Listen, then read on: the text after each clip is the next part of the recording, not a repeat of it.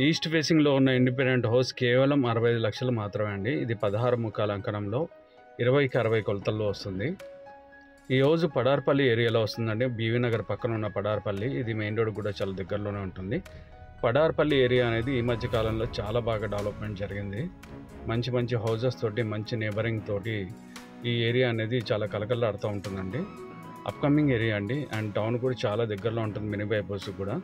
So అన్నిటికీ సరౌండింగ్లో అతి దగ్గరలో ఉంటుంది.